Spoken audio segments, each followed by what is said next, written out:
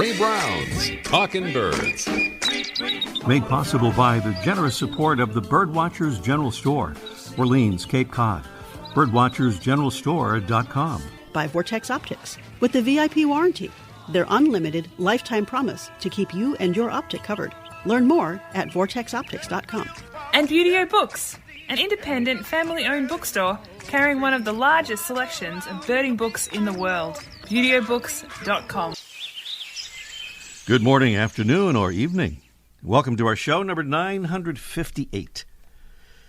We recently announced the launch of our Talkin' Birds Patreon, through which we're offering exclusive content and behind-the-scenes Talkin' Birds stuff to listeners who join our Patreon and support our show in the process. Supporters will receive exclusive Talkin' Birds show content, like bonus video guest interviews, behind-the-scenes photos of Talkin' Birds goings-on, personalized video messages, annotated program notes, and fascinating facts about Talkin' Birds team members. Here's our tease about that. Which of the following descriptions do you think match up with which of our amazing team members? One of our Talkin' Birds team members not only plays piano, but also teaches piano. Is it Science Corner creator and presenter Debbie Bleacher, or our Birding Trails Access expert, Freya McGregor, who, by the way, has a story about her in this week's Philadelphia Inquirer? Or is it our producing engineer and technical advisor, Jesse Wilkins? Another of our team members plays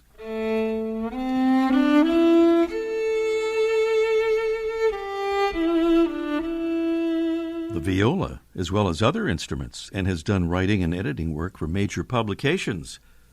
Debbie Bleacher, Freya McGregor, Jesse Wilkins. And one of our Talkin' Birds team members once served in a specialized capacity on board the U.S. Navy hospital ship Comfort. Is that Debbie Bleacher, or Freya McGregor, or Jesse Wilkins? If you join our Talkin' Birds Patreon and support our show in the process, we'll reveal to you who matches up with which of those descriptions, with photos confirming the IDs. And that's along with lots of other cool perks that you can obtain by becoming a Patreon supporter. Patreon.com/TalkinBirds. You can find out more info about it on our TalkinBirds.com website, as well as on our Facebook and Instagram pages. I want to thank show contributor extraordinaire Jeff Collins for alerting us to this headline. This New York City building is in the bird-killing Hall of Shame. It wants out. Well, in the wake of the avian calamity in Chicago in early October, when more than 1,000 birds, migrating birds, crashed into a single building and perished in a single night, the New York Times relates the story of an elegant condominium building on the edge of Central Park that's become infamous for the number of bird crashes that occur on its shiny glass exterior. Last year, the number of window strikes at the building, called Circa Central Park, put it in the top 3 among buildings monitored by New York City Audubon. The good news, residents are fixing the problem. They've joined with New York City Audubon to add bird-deterring window film in a stick-on pattern that makes glass more visible to birds. New York City Audubon's Director of Conservation and Science, Dustin Partridge, says, quote, Circa, referring to the building, is so important because it's individuals. These are residents that are making a rare decision, and they're helping save hundreds or thousands of birds a year. End quote. So here's hoping that pattern of window film and the building's residents' pattern of behavior will be replicated in many, many other places around the world. What we're hearing there is our mystery bird. Whoa, our mystery bird. This is a preview of our contest coming along in a little bit here. Our mystery bird is a chunky, medium-sized diving duck The male is a strikingly patterned bird with a dark purple head, a vertical white crescent just behind the bill, white undersides and a dark back with white bars. The female is mostly brown with an orange bill. Our bird is found mostly in the western U.S., but is becoming more common in the Northeast as it migrates south in winter from increasingly large nesting areas in northern Canada.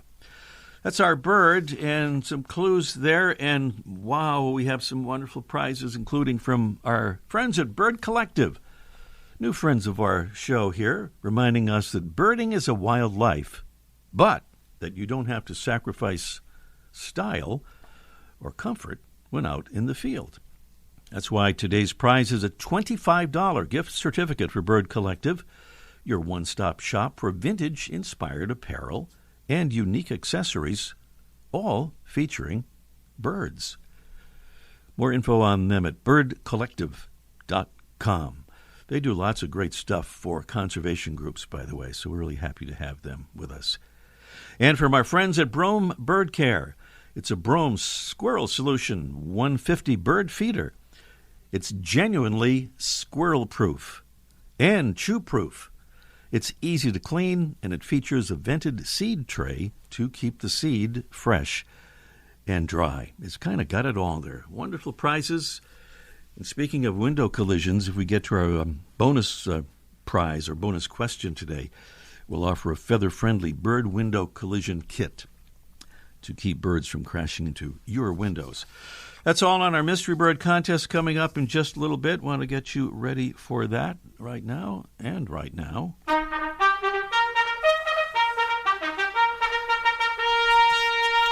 It's our weekly salute. We're happy to be able to keep doing these salutes to folks who are helping us do what we're trying to do, which is get the word out about birds and conservation. Thank you to Ariel W. from New York.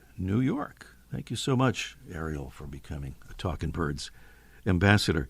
And thanks to Garnett Muller from Westerly, Rhode Island. She says, I'm very excited about becoming an ambassador. My love of all birds is enormous. Thank you, Garnett. 2 new ambassadors joining our family of ambassadors, and we hope all Talkin' Birds listeners will consider becoming ambassadors.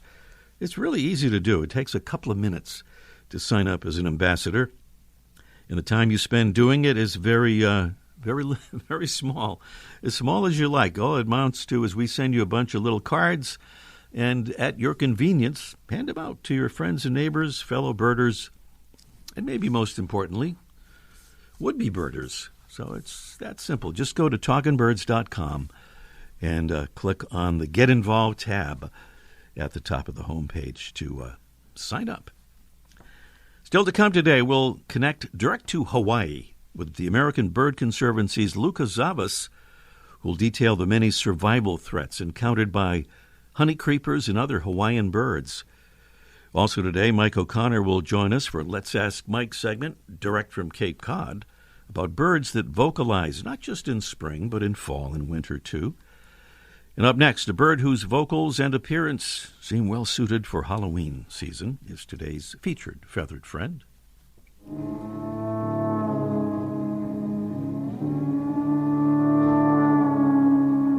Many birds have a mysterious organ buried deep within their chests. It's a one-of-a-kind voice box called a syrinx. It's what allows mockingbirds to sing an almost limitless variety of songs and helps a wood thrush harmonize with itself. But not all birds have a syrinx. Some have no voice box at all. That could explain why today's featured feathered friend sounds like this. It's the scary-sounding and scary-looking black vulture.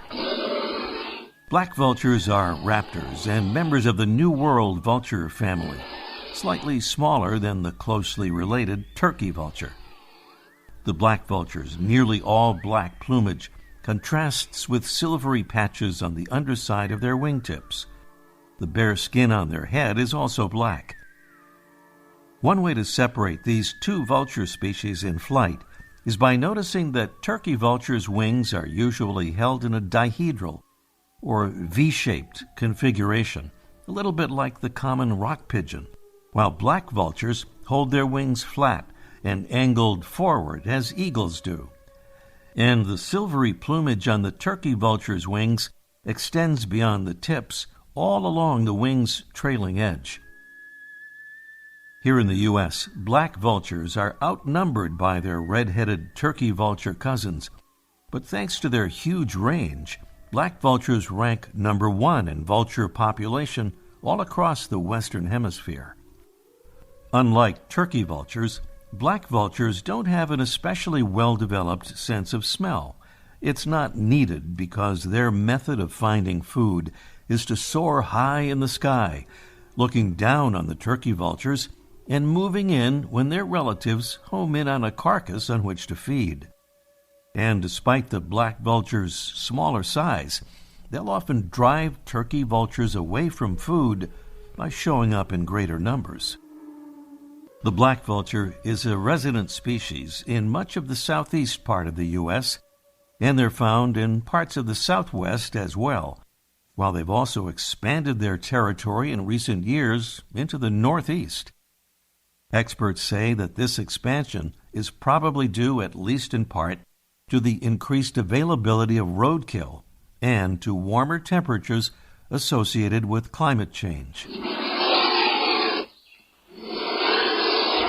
A scary-sounding, scary-looking, carrion scavenging bird that doesn't have a strong sense of smell or a voice box is today's featured feathered friend, Corygyps altratus, the black vulture.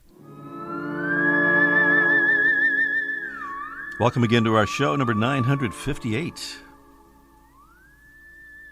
Well, we know that many bird species in Hawaii have gone extinct since Western colonization began in the late 1700s, and that today many are federally listed under the Endangered Species Act and in big trouble.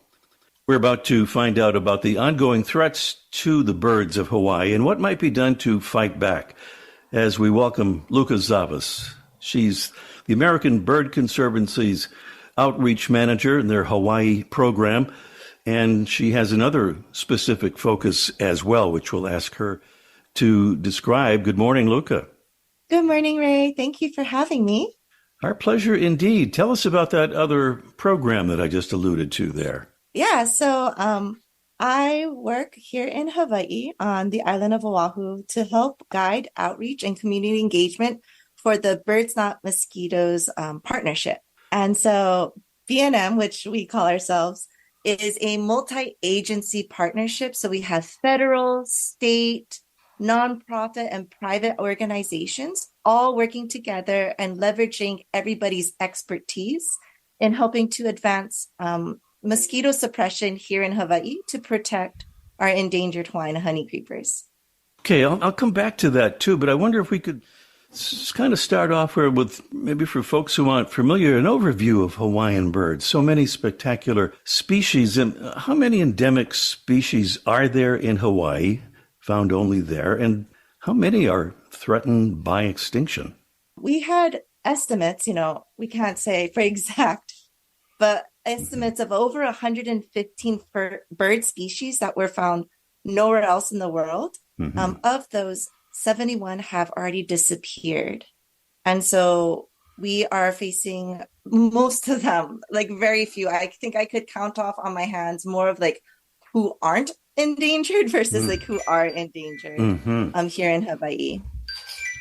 A little extra music there. So that's a frightening statistic. I want to ask you about the recent wildfires. I know they had a devastating impact. What has been the up until this medium length impact from those fires? Yes, the wildfires definitely were devastating, not just for our birds, but for our people community here in Hawaii and especially on Maui. For most of the damage was down in Lahaina, which is, unfortunately, not many native birds are still there just because of how developed it is and the changes that the landscape is. For the birds that I work with and alongside, they are found more up in like the high elevation mountainous forests. So the Kula fires definitely were more concerning for us as regards for like the birds. And especially as you may have seen that it came really close to the bird conservation center there that housed not only birds from Maui, but like the remnant populations of the Akikiki from Kauai, some manu from Hawaii Island. So we were like, oh no, if those fires had left over and if the staff there didn't like respond in the way that they did and like quench the fire, at least from like right in front of the conservation center, then we could have seen half the remaining Akikiki disappear. And that just really makes you see like how little we have left and how important it is for us to continue like restoration and continue working to protect them so that we can have more of them and not be like, oh no, there's only 35 left. But, you know, have a little bit more of a safety room.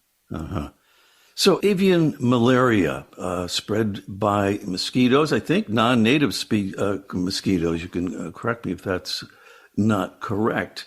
And a problem being exacerbated, if I understand this correctly, by climate change because birds or some of these honey creepers could go higher into the elevations where mosquitoes couldn't go, but now because of climate change, warming temperatures, the mosquitoes can follow the birds higher into the mountains. Is that about correct? Yeah, that is correct. Before 1826, there were no mosquito species here in Hawaii. It was mosquito free. And before like drastic landscape changes and the introduction of not only the mosquitoes, but bird diseases to Hawaii too, the Hawaiian honey creepers were found from the tops of the mountains, like where the tree line is, down to the seashore. So after mosquitoes were introduced and the diseases, our honey creepers disappeared from the lowlands and now can only really be found in the high elevation forests where mosquitoes aren't present. But like you said, as climate change is warming everything, the mosquitoes are now able to move up higher and higher. And forests only go so high and our islands only go so high. So our birds are running out of space that is mosquito free and kind of safe for them to live. So what are the other problems? I know there are many, but what can you give us as a thumbnail, Luka, in terms of the other threats to the birds? Yeah, so their habitat degradation, a lot of invasive species are coming from all over the world, both through like the bringing of plants for your gardens or just unintentional introductions. But it's changing the landscapes of our forests of like whether or not our native forest species, like plant species, can even survive, which are like, the food sources for a lot of our birds. In addition to that, cats, rats, and mongoose are very bad. They predate upon our birds who, lived here for so long without these kinds of mammalian predators present. In addition to that, at least for our honey creepers, is the way that the pigs are causing a lot of erosion and a lot of pooling of water and pig wallows where mosquitoes can breed. So kind of like a full surrounding of our honey creepers and just all these different threats that are coming at them. But above all else is really the mosquitoes and the avian disease that are starting to push at least the honey creeper species towards extinction. And that's mainly because in places where we have done restoration and forest restoration, put up fences and took out all the predators and did really grand things, because mosquitoes are now able to move up higher, they don't see the fence and stop. They just, fly right through it. And so even with the reintroduction of our birds there, we're seeing that they're not successful because now the mosquitoes are present. So it's obviously a major ongoing project in many ways. We don't have much time left, Luka, but I just want to ask you about what's your level of optimism about being able to save these birds, or many of them at least?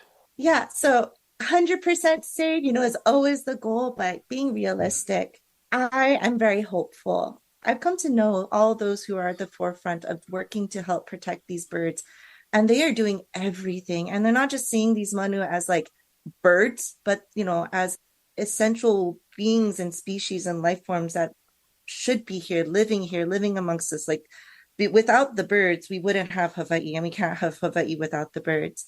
And so seeing that the incompatible insect technique is like went through the environmental assessments and got approved is now seeing like that light at the end of the tunnel that we are moving there. We can do something. We might have not made it for some birds like the akikiki to be able to not go extinct in the wild. But I know that we'll be able to create these places for them that we can reintroduce them one day in the future back into the forests of Kauai. So I am very hopeful, very excited, and very looking forward into the future of what we can do to keep these birds in our forests. And what about us regular folks here? I mean, we know the American Bird Conservancy does a lot of wonderful work. Maybe you can give a plug for how folks can help ABC with that. Yeah, so American Bird Conservancy has been leading with the development of the aerial release technology and the community engagement.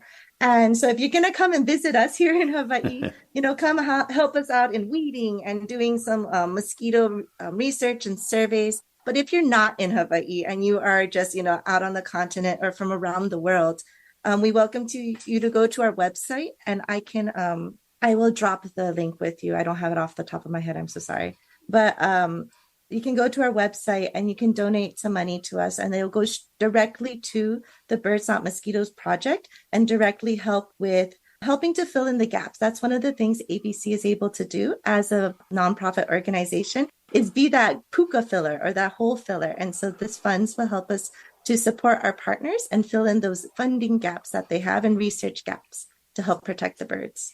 All right, and we'll get that link and get it out there. Luka Zavas with American Bird Conservancy's Hawaii program and the Birds Not Mosquitoes partnership. Luka, thank you so much for being with us, and thanks for your wonderful work there. Thank you so much, Ray. It was nice speaking with you. My pleasure indeed. Up next, it's our Mystery Bird contest in just 1 minute. The flutter of a tail feather. The flash of a wing bar in mid-flight. You don't always have a lot of time to identify a bird in nature, let alone to appreciate its beauty. But with Vortex Optics, you'll have the power to bring every wild moment closer. When you choose Vortex, you're choosing to have a partner in the field as passionate about nature as you are. Whether you're spotting old friends on the backyard feeder or packing for a once-in-a-lifetime trip to add a few species to your life list, Vortex offers a full range of optics and optics accessories for every birder and every budget. And whether the birds are taking you to another state or another country, you're always covered by the Vortex VIP warranty, an unlimited lifetime promise to keep you and your optic covered. If you'd like to learn more, or if you need help choosing your next optic, give Vortex a call at 1-800-4VORTEX or visit vortexoptics.com. Here's our mystery bird. It's our mystery bird contest. One special feature of which is that you don't necessarily have to get the right answer to win. If nobody gets the right answer, a drawing will determine our winner. So give us a call and tell us what you think that bird is and win that beautiful $25 gift certificate for Bird Collective, your one-stop shop for vintage-inspired apparel and unique accessories, all featuring birds. And the Broom Squirrel Solution, 150 bird feeder that is genuinely squirrel-proof, among other great attributes. 781-837-4900 is the number to call as soon as you possibly can, because we're even more close to being out of time than usual. 781-837-4900. Our mystery bird is a chunky, medium-sized diving duck. The male is a strikingly patterned bird with a dark purple head, a vertical white crescent just behind the bill, white undersides, and a dark back with white bars. The female is mostly brown with an orange bill. Tell us what it is or take your guess ASAP at 781-837-4900. Up next, almost live from the archive, Mike O'Connor. Let's ask Mike in just 1 minute. The North American Butterfly Association is launching the Butterfly Habitat Network, a new continent-wide conservation initiative. Using decades of accumulated knowledge, NABA is scaling up efforts to protect, enhance, and create habitat specifically for butterflies. Butterflies are important pollinators of native plants and represent, as caterpillars, a major food resource for birds. Habitats critical to butterflies are essential to nesting waterfowl, neotropical migratory birds, upland game birds, and more. The NABA Board of Directors and staff have selected projects across North America as a starting point of the Butterfly Habitat Network. If we can save butterflies, we can save ourselves. It's more than just a slogan. It's the understanding that adequate, well cared for space for the wildlife of this planet will ensure survival and quality of life for human beings. Find out how you can help by visiting NABA.org. Now it's down to the Birdwatchers General Store on Cape Cod, where trick-or-treaters who visit receive suet bars and little bags of sunflower seed. Mike O'Connor is there. Good morning, Mike. Good morning, Ray, and happy Halloween to everybody. Don't listen to you. We're giving away nothing when you go there. Nothing at all. Okay, well, good to know ahead of time, You can just kind of skip by. Yeah, you'll get some. We'll give you some suet. We don't care. It's a festive time of year. Yeah. So sure. You just like a handful. Is that how you do it? You kind of hold out your hand and you put the suet right in. That's right. Yeah, because we're trying to save packaging, so everybody just grabs. You really are. That's right. So, about the environment. What do you got here this morning? Well, I thought about doing a show about something spooky about birds, but I decided birds aren't spooky. Birds are creatures that we look for enjoyment. So I didn't want to tell people a spooky story about birds, but I do want to give a shout out, speaking with at least a spooky name, to Wicked Liz up there in St. Cloud, Minnesota. She sent you a nice note and gave me some plugs. So that's as spooky as we're going to get. A shout out to Wicked Liz up there in St. Cloud, Minnesota. She's not spooky at all. Not at all. But I did get a couple of notes from people who want to know why northern mockingbirds, a very popular bird, as a matter of fact, it's the state bird of how many U.S. states, Ray? Oh, it's probably half a dozen, is it? Or it's close, yep. Yeah. 5. 5, yeah. 5 U.S. states. It's a very popular bird, and a lot of people talking about them singing right now, or doing their mimics, their imitations. They're very good mimics. They imitate other birds and other sounds too, including mechanical sounds and things like that. And most birds sing in the spring because that's their breeding territory, and they want to announce it, and they want to get a mate. But most of them go quiet this time of year. But a few birds, namely owls, that stay on their territory year-round. And around here at Carolina, another bird that stays on its territory year-round. They're very vocal, and they're trying to defend their little territory. But mockingbirds are a little different. They have a spring territory like everybody else, and they give their multiple calls.